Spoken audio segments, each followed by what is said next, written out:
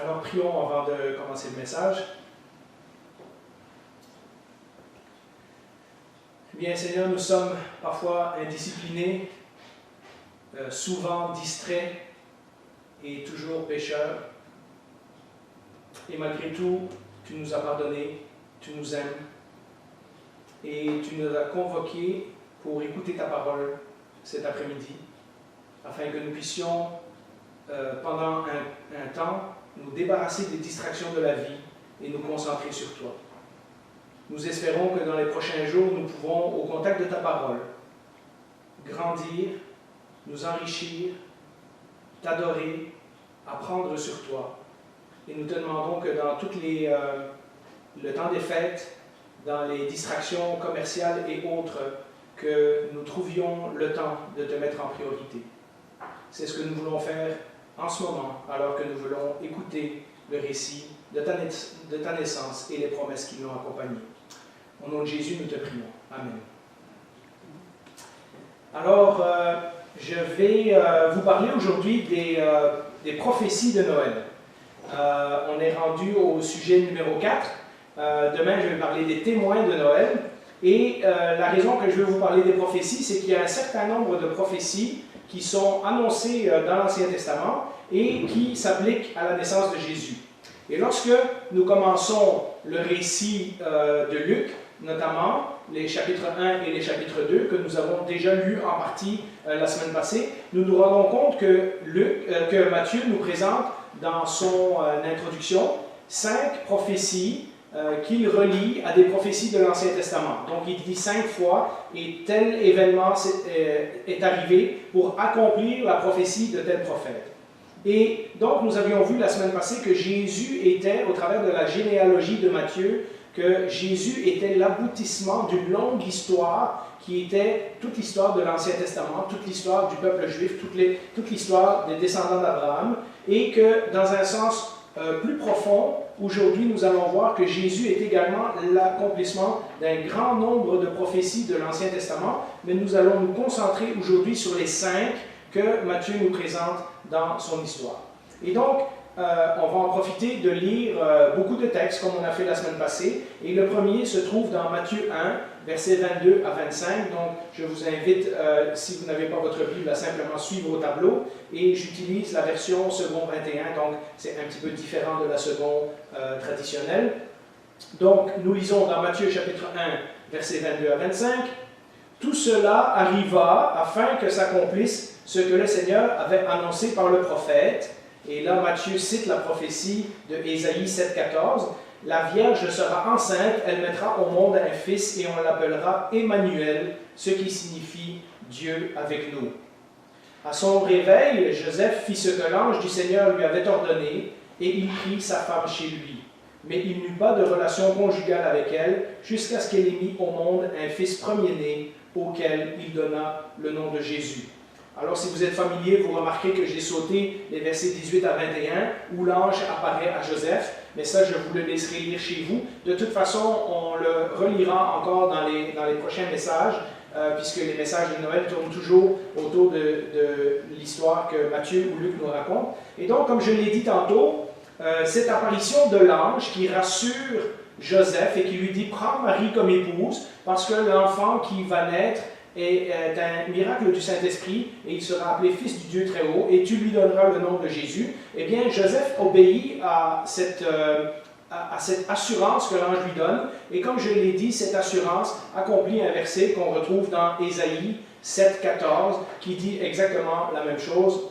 C'est le Seigneur lui-même qui vous donnera un signe, la Vierge sera enceinte, elle mettra au monde un fils, et l'appellera Emmanuel. Alors maintenant, si vous connaissez votre Ancien Testament, et que vous remontez dans ce texte, vous allez remarquer que ce premier texte date du temps du prophète Ésaïe, donc 800 ans avant Jésus-Christ, et est donné en premier lieu au roi Akaz, parce que le Seigneur a fait une prophétie, et il annonce à Akaz qu'il va avoir un signe, qu'une jeune fille, parce que le mot pour jeune fille et vierge dans l'Ancien Testament est le même, qu'une jeune fille va avoir un bébé. Mais Matthieu voit dans cette prophétie une allusion à la naissance de Jésus. Et donc, il reprend ce texte et il dit, lorsque Jésus est né de la Vierge Marie, c'était pour accomplir ce texte dans Ésaïe. Matthieu donc voit dans l'Ancien Testament une signification à long terme, quelque chose qui était arrivé au roi Akaz, mais qui projetait vers quelque chose de futur, comme on va le voir souvent. Et il voit que ce verset s'applique à Jésus. Alors évidemment, avant qu'on voit les 4 autres prophéties, on pourrait tout de suite dire, si on objecte un petit peu à la parole de Dieu et aux histoires de la Bible, etc., on pourrait tout de suite dire, bien, est-ce que Matthieu, à son époque, a vu des événements, il a constaté la naissance de Jésus, etc., et puis il a inventé un lien avec des prophéties de l'Ancien Testament, et il fait donc de la projection, et il dit, bon, en fait, c'est pas ça que ça voulait dire cela, etc.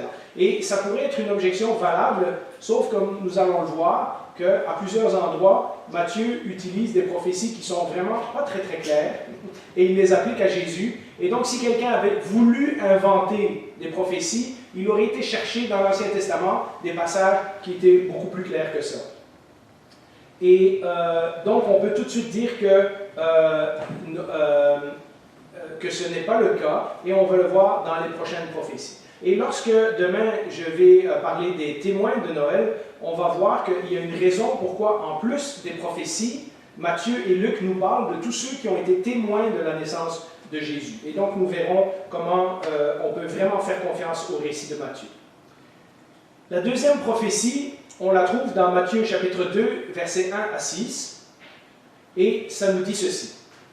Jésus naquit à Bethléem en Judée, à l'époque du roi Hérode. Or, des mages venus d'Orient arrivèrent à Jérusalem et dirent « Où est le roi des Juifs qui vient de naître ?» Je vais en parler dans mon dernier message. En effet, nous avons vu son étoile en Orient et nous sommes venus pour l'adorer. Quand le roi Hérode apprit cela, il fut troublé et tout Jérusalem avec lui. Il rassembla tous les chefs des prêtres, les spécialistes de la loi que comptait le peuple, et leur demanda où le Messie devait naître.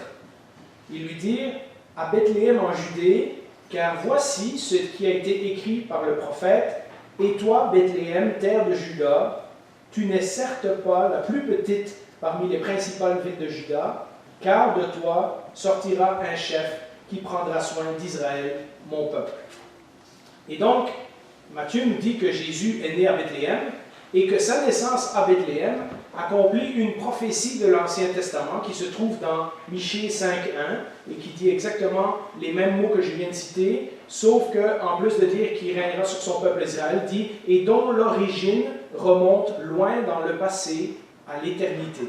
Et donc le texte de Michée est encore plus clair que cette personne qui est née à Bethléem est quelqu'un qui vit éternellement. Nous savons que Joseph et Marie vivaient à Nazareth. Si vous avez suivi les messages précédents, vous savez que Marie est à Nazareth et elle s'en va en Judée voir sa cousine Élisabeth et ensuite elle retourne à Nazareth et puis Joseph la prend pour épouse et ensuite de ça, il se dirige à Bethléem, comme nous dit Luc chapitre 2 verset 1, pour le recensement qui devait avoir lieu. Donc on se doute que Joseph avait peut-être encore une propriété ou en tout cas des liens familiaux à Bethléem, puisqu'il vient de là-bas. La généalogie nous a montré que, et du côté de Marie et du côté de Joseph, ils sont tous les deux descendants de la lignée royale, et David étant né à Bethléem, eh bien, il fallait que la famille de David soit établie à Bethléem. Je pense d'ailleurs que le fait que Joseph ait déménagé à Nazareth n'est pas tout à fait habituel.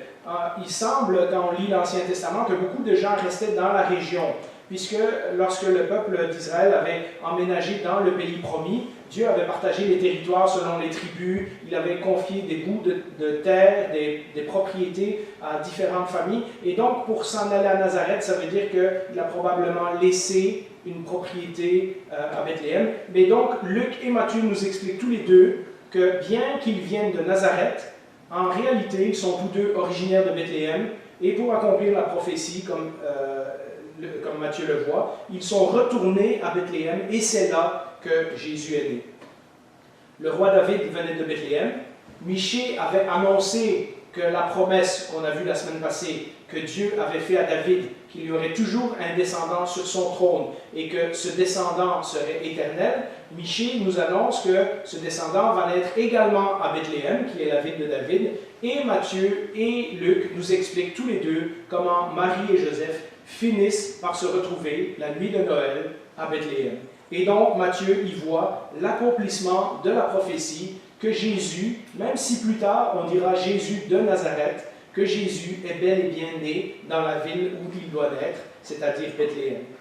D'ailleurs, si vous avez été attentif, c'est le texte que Hérode et les scribes et les maîtres de la loi vont utiliser. Donc, ce n'est pas comme si Matthieu prenait un texte et le mettait dans la bouche de quelqu'un d'autre.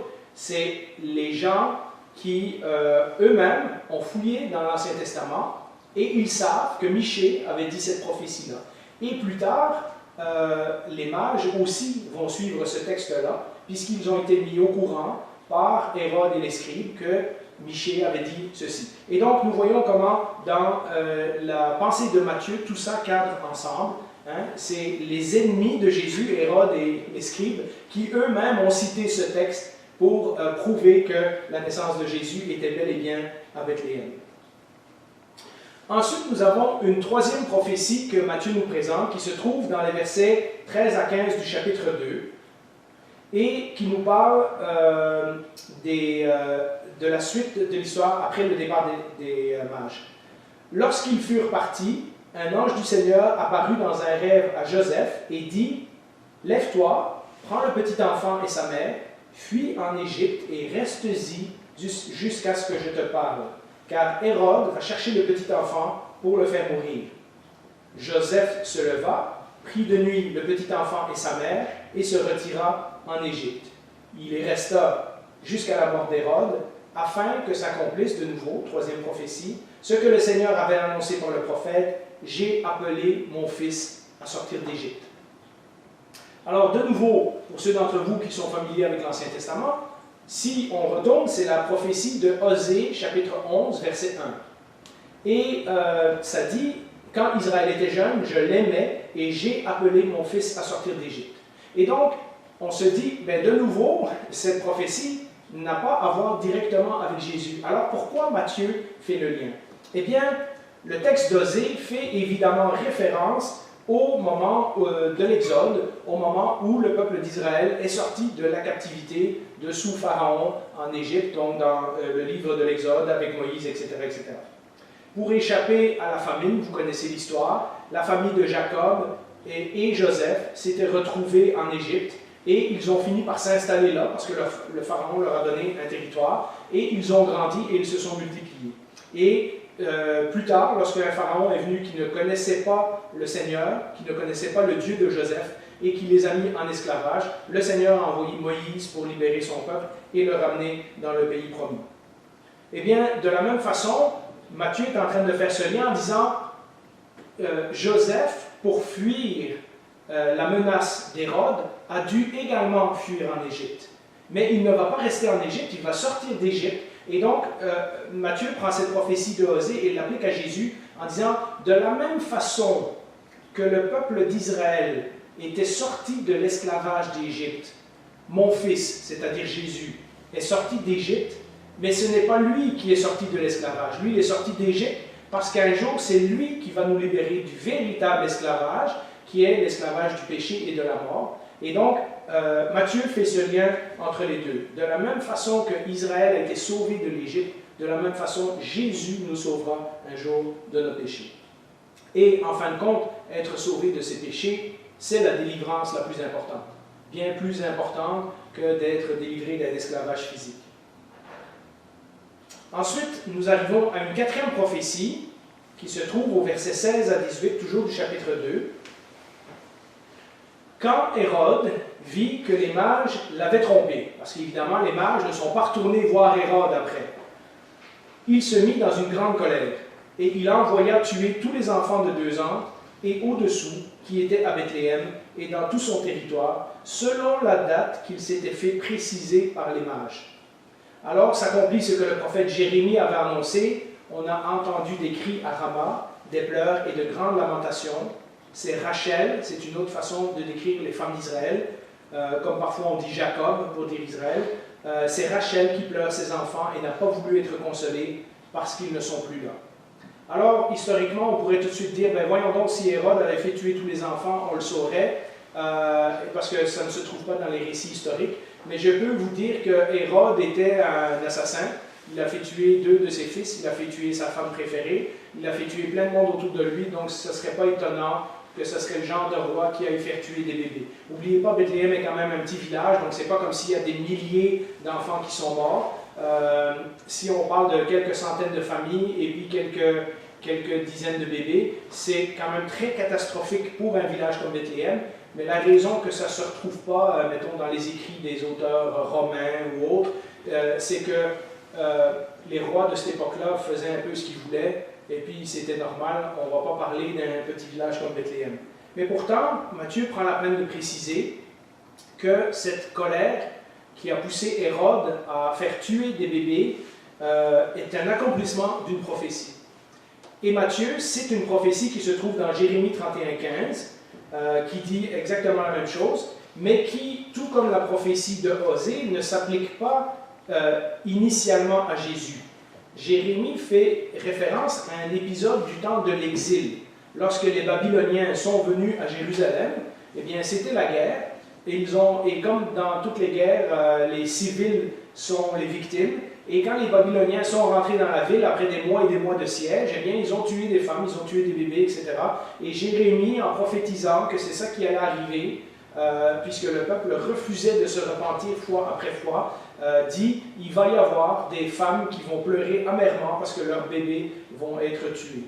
D'ailleurs, ça me fait penser, je pense que dans le psaume 136 ou 137, il y a une prière comme ça où les Israélites demandent à Dieu de repunir les Babyloniens pour le meurtre de leurs enfants, etc.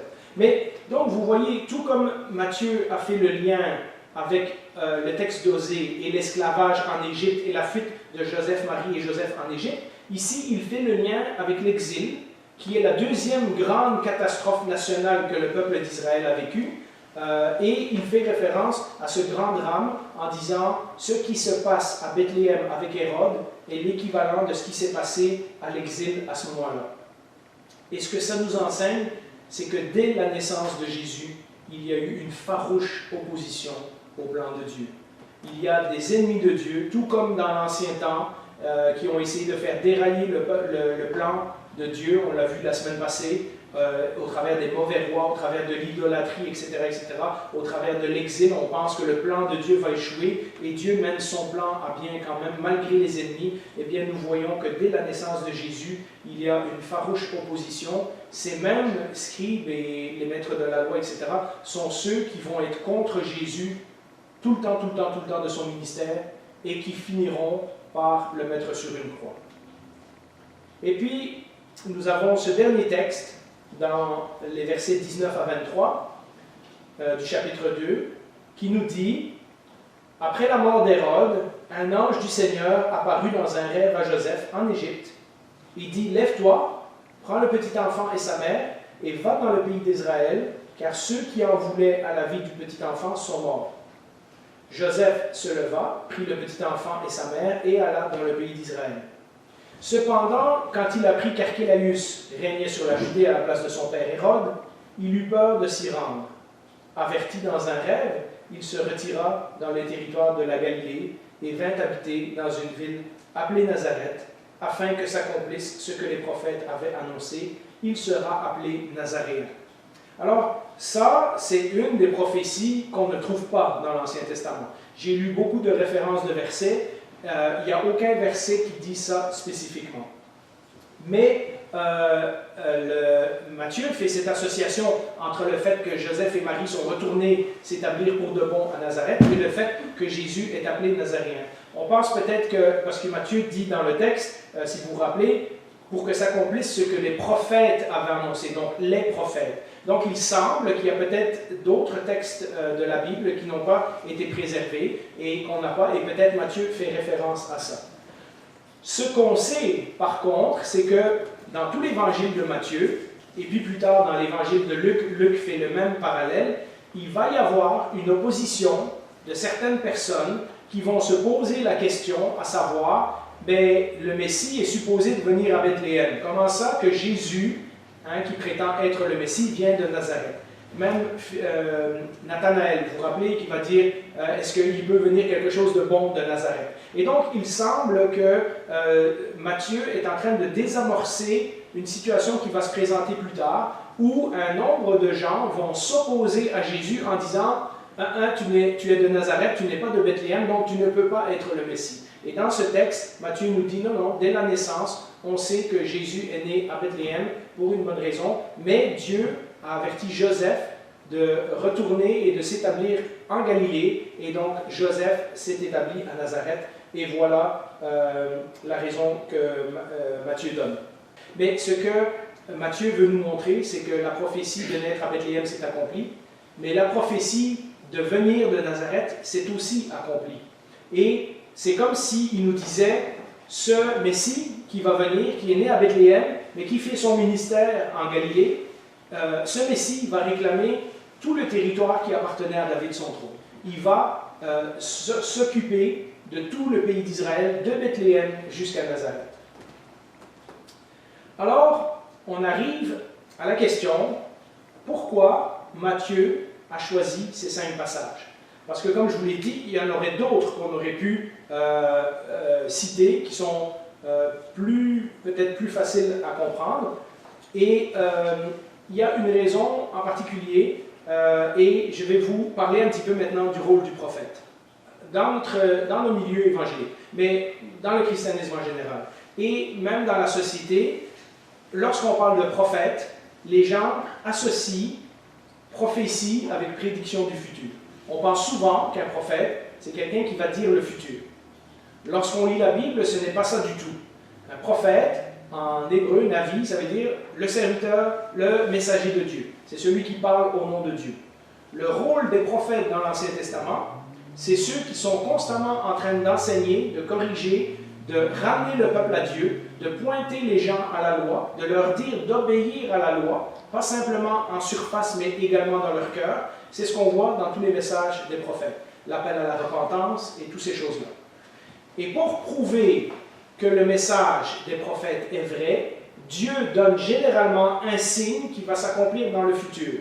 D'où vient notre intérêt pour les prédictions futures, mais en réalité, c'est un signe pour démontrer que la parole de Dieu est vraie. Et c'est souvent un signe qui va se passer dans les années qui suivent ou dans la génération qui suit, pour que les gens qui ont entendu le message, donc par exemple la prophétie d'Isaïe qui dit que la Vierge sera enceinte, il fallait que ça s'accomplisse dans les années qui suivent pour qu'on puisse prouver que Ésaïe était véritablement un prophète de Dieu. Et donc, ce ne sont pas des Nostradamus, des gens qui prédisent l'avenir, mais ce sont des gens qui parlent de la part de Dieu. Ce sont des messagers de Dieu, ce sont des gens qui disent la parole de Dieu, ils parlent au nom de Dieu.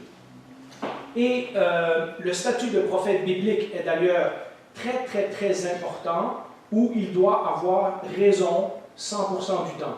Sinon, la Bible nous dit dans plusieurs textes de l'Ancien Testament que c'est un faux prophète. Donc, si vous entendez des gens aujourd'hui qui vous disent, qui ont dans certains milieux évangéliques, qui ont reçu des prophéties de la part de Dieu, et ensuite de ça que ça n'arrive pas, eh bien, ces gens-là, bibliquement, sont considérés comme des faux prophètes. Ils n'ont pas le droit de parler plus jamais de la part de Dieu, puisqu'ils se sont trompés.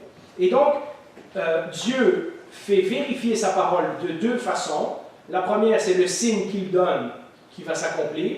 C'est pour ça d'ailleurs que Jésus fait plein de signes dans le Nouveau Testament pour prouver qu'il parle vraiment de la part de Dieu. Les miracles ne sont pas des tours de passe-passe, ce sont des confirmations du message de Jésus.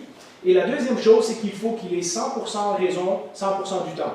Et donc, partout dans la Bible, nous voyons que quand Dieu parle, c'est ce que nous raconte tout l'Ancien Testament, quand Dieu parle, cela arrive vraiment. C'est une des choses que nous constatons quand nous lisons la Bible. Lorsque Dieu parle, ça arrive, c'est inévitablement. Et donc, c'est de là que je fais le lien entre prophétie et promesse, parce qu'à partir du moment où Dieu prophétise quelque chose et qu'on sait que ça va arriver, ça devient une promesse. C'est sûr et certain que ça va arriver, et donc ça devient une promesse. Si Dieu parle et que ça arrive vraiment, c'est beaucoup plus que juste une prédiction d'un événement futur. Le but de Matthieu n'est pas de nous prouver qu'il y a 5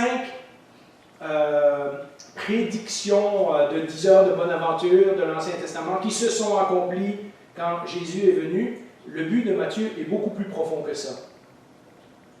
En regardant aux événements que Matthieu est en train de raconter, il lui vient à l'esprit un nombre de textes de l'Ancien Testament où tout à coup, où avant il n'avait vu qu'une signification pour l'Ancien Testament, tout à coup Matthieu se rend compte que tous ces textes s'appliquent à Jésus. C'est ce que Jésus fait en venant dans le monde, c'est d'accomplir toutes les promesses que Dieu a données sous différentes formes dans l'Ancien Testament. Dieu, dans sa sagesse, a annoncé parfois des centaines d'années auparavant ce qui allait arriver pour que lorsque ça arrive, il n'y ait pas de confusion possible. On comprenne exactement pourquoi Jésus est venu dans le monde, comment il est venu dans le monde, quelle est sa mission, quel est son objectif, qui il est, etc., etc. Et c'est pour cela que Jésus, plusieurs fois, dira « Toutes les Écritures parlent de moi ». Jésus lui-même fera ce que Matthieu est en train de faire ici, c'est prendre des textes de l'Ancien Testament et dire tout ça, c'était l'ombre des choses à venir. Maintenant, avec ma venue, ces textes-là prennent leur pleine signification. Je vous en mets que un, il y en a deux dans le chapitre 24 de Luc. Je pense que l'autre c'est au verset 42, mais si on lit Luc 24-27, ça c'est l'histoire des disciples d'Emmaüs. Puis, en commençant par les écrits de Moïse et continuant par ceux de tous les prophètes, il leur expliqua dans toutes les Écritures ce qui le concernait. À de nombreuses reprises, Jésus fera cette remarque à ses disciples: vous êtes lents à croire tout ce que les prophètes disaient. Parce qu'évidemment, eux, ils lisent l'Ancien Testament et ils n'y voient qu'une ancienne signification historique de quelque chose qui est passé. Et Jésus, et on comprend, Matthieu écrit ça une fois qu'il a reçu le Saint-Esprit, une fois que Jésus est monté au ciel et que les apôtres ont été inspirés par le Saint-Esprit. Et maintenant, Matthieu relit l'Ancien Testament et tout à coup, il se rend compte que tout s'applique à Jésus. Je ne sais pas si c'est vrai, je n'ai pas compté moi-même, mais j'ai entendu plusieurs fois de la bouche de différents pasteurs le nombre de 300 prophéties. Il y a au moins 300 textes de l'Ancien Testament que l'on peut voir qui se sont accomplis dans la vie de Jésus. Je vous donne juste comme petit exercice. Allez lire le psaume 22, vous allez en voir plein. Ça parle de Jésus sur la croix, ça parle de quand il a eu soif, ça parle mon Dieu, pourquoi m'as-tu abandonné? Et donc il y a un nombre, des centaines de textes de l'Ancien Testament qui nous montrent que tout ça s'est arrivé finalement en Jésus. Le vrai sens de ces textes-là est arrivé en Jésus. Donc, on pourrait dire que lorsque Dieu fait une prophétie, ce n'est pas juste une prédiction, c'est une promesse.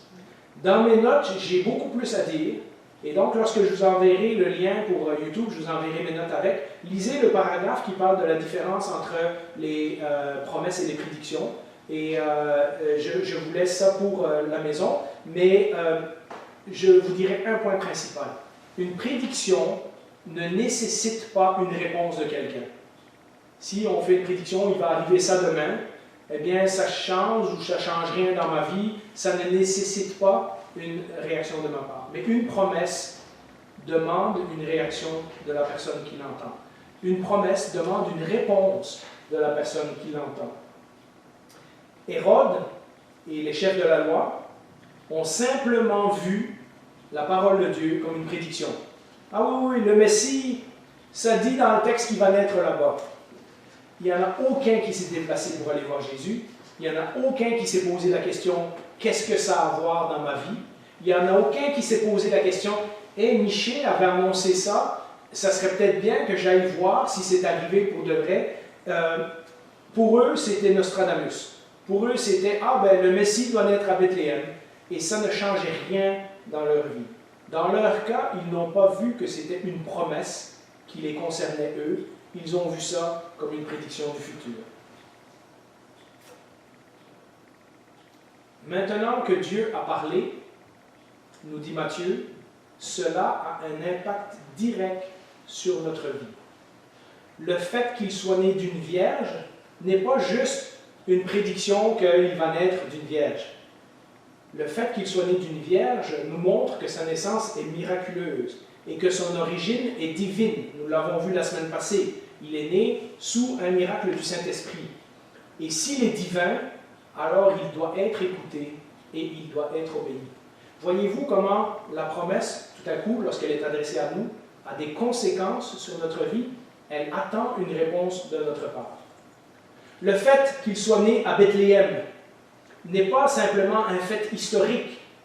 C'est l'accomplissement de la promesse que Dieu a faite à David il y a très longtemps, qu'il y aurait un roi éternel sur le trône de David un jour.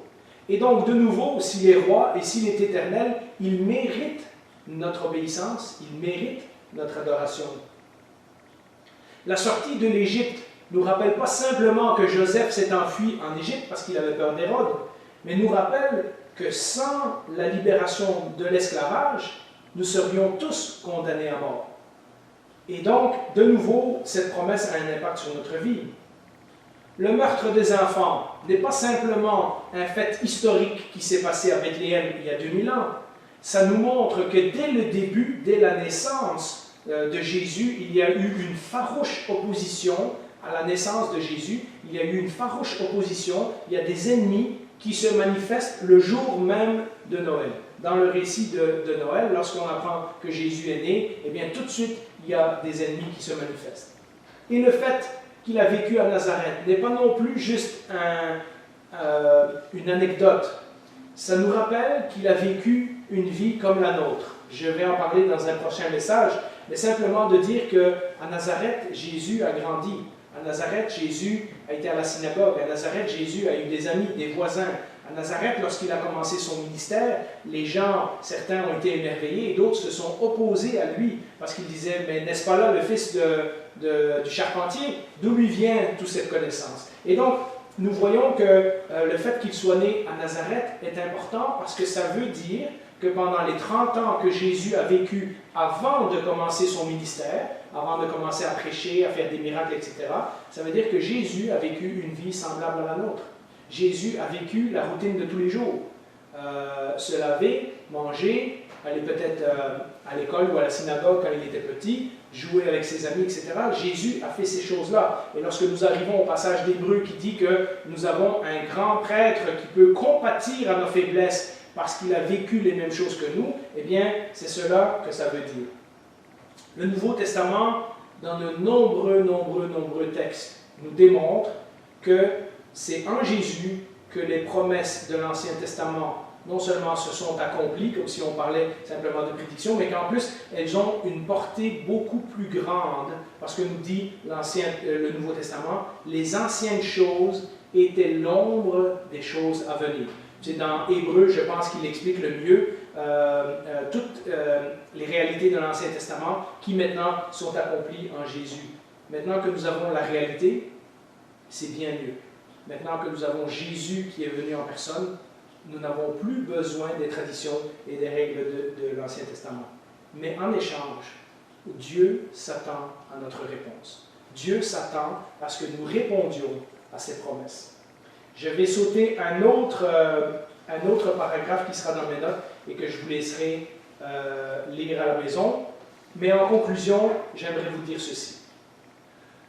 Dieu, dans l'Ancien Testament, pendant des centaines d'années, a fait des promesses. Et lorsque Jésus est arrivé la nuit de Noël, toutes ces promesses ont été tenues. Et notre réponse est attendue. Ou bien nous choisissons de dire, cette histoire, elle est bien belle, mais ce n'est pas pour moi. Mais dans ce cas, soyons conscients que nous nous privons également des effets de la promesse. Parce que les promesses ont des conséquences sur notre vie. Ou bien nous choisissons de faire toutes ces promesses les nôtres et de vivre dans cette nouvelle relation avec Dieu que Jésus nous propose. Et à ce moment-là, Noël devient véritablement une fête personnelle.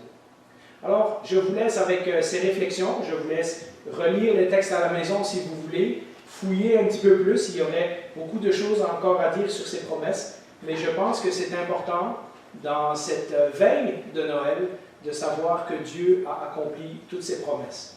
Et s'il a accompli ses promesses dans l'Ancien Testament, alors nous pouvons être certains qu'il va également accomplir les promesses du Nouveau Testament. La première d'entre elles, je suis avec vous tous les jours jusqu'à la fin du monde. Et la seconde, je m'en vais vous préparer une place pour venir vous chercher, pour que vous soyez avec moi. Amen. Prions.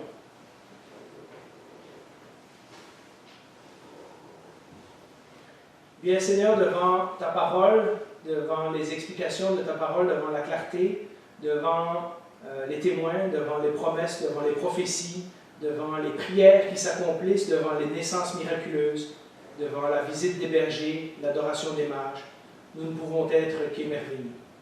Merci de nous avoir, dans ta grande sagesse, laissé ces récits dans ta parole, afin de nous édifier. Oui, certainement, le sacrifice sur la croix aurait été suffisant, parce que toute notre éternité se joue là. Mais le fait de savoir que tu as accompli ce plan que ton Père avait mis en marche depuis des centaines d'années est une grande assurance pour notre vie chrétienne. Une grande assurance que les promesses que tu nous as faites, tu vas les tenir également. Alors Seigneur, c'est avec beaucoup de joie, avec beaucoup de reconnaissance que nous approchons cette veille de Noël et nous voulons garder les yeux et les cœurs fixés sur toi dans les prochains jours, afin que tu puisses nous enseigner, que tu puisses nous faire grandir, que tu puisses nous encourager par ta parole. Merci Jésus pour toutes ces choses. Amen.